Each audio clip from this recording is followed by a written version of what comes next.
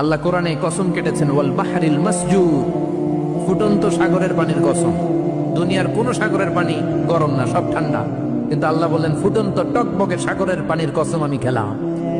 অনেক গবেষণা হলো এই সাগরের পানি নিয়ে। আমেরিকান নেভাল একাডেমির এক চিফ ইঞ্জিনিয়ার উনি বললেন কোরআনে পাওয়া গেল টকবকে সাগরের পানির কসম, কিন্তু সাগরের পানি তো ঠান্ডা, এখানে গরম আসলো থেকে? আসলে আল্লাহ সাগরের নিচে যে গরম মজুদ রেখে দিয়েছেন ওইটার দিকে খেয়াল করে বলেছে। তো সে গবেষণা করতে চাইলো দেখি সাগরের ভেতরে আগুন কই আছে। কোরআন যেহেতু বললো টকবকে সাগরের পানির কসম, আসলে কোনো আগুন টাগুন খুঁজে পাওয়া যায় কিনা।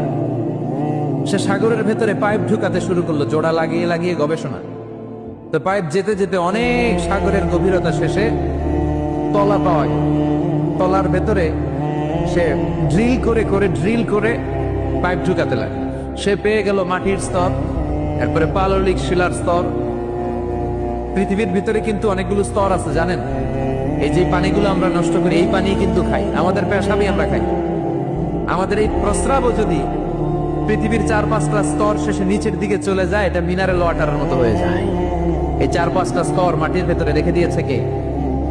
পাললিক শিলা, রূপান্তরিত শিলা, আগ্নেয়গিরির শিলা। এরপরে যখন সে পাইপ ঢুকাতে শুরু করেছে, সে দেখতে পেল এই পাইপগুলো গলে গলে গলে গলে পানি হয়ে যায়। এত আগুন, এত গরম। সে তো অবাক, সে অবাক পৃথিবীর ভিতরে এত আগুন আসলো কোত্থেকে। তো এই আগুনের টেম্পারেচারটা কতটুকু পাওয়ারফুল এটা চেক করার দরকার আছে না নাই? সে বলল I need fire proof pipe, bring from America. America থেকে ফায়ার প্রুফের পাইপ আনো, পরীক্ষা চালায় দেখি। ফায়ার প্রুফের পাইপ আনা হলো, এবার ফায়ার প্রুফের পাইপ ঢুকাইতে শুরু করছে। সাগর শেষে তলা, পাললিক শিলা, রূপান্তরিত শিলা, আগ্নেয়গিরির শিলা। ওই আগ্নেয়গিরির শিলার পরে যখন ফায়ার প্রুফের পাইপ ঢুকাতে শুরু করেছে, যেই পাইপে আগুন ধরে না, সে দেখতে পেল ফায়ার প্রুফের পাইপগুলো গুনে গলে গলে ধোঁয়া আর পানি হয়ে যায়। তাহলে এই সবুজ কার্পেটিং এর নিচে আগুন আছে না নাই? এই আগুন মজুদ করে রেখেছে কে? চলে যেতে হবে, কেউ থাকতে পারবো না। কিন্তু এই জিনিসটা আমাদের স্মরণেই আসে না। এত ব্যস্ততা, এত মায়া জাল, এত মায়ার জালে আমরা আটকে আছি।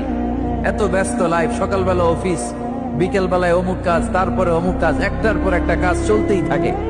এই ব্যস্ততার কারণে আমাদের জীবনটা সুপার বিজি লাইফ আমরা লিড করছি, আমাদের জন্য সময়ই নাই, কিন্তু চলে যেতে হবে।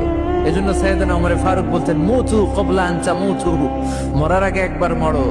হাসিবু ক্বাবলা আন তুহাসাবু আলাইকুম, তোমার হিসাব নেওয়ার আগে তুমি তোমার একবার হিসাব নাও।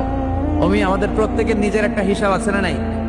কথা বলেন, নিজে খাতা কলমের মধ্যে একটু লিস্ট করবেন।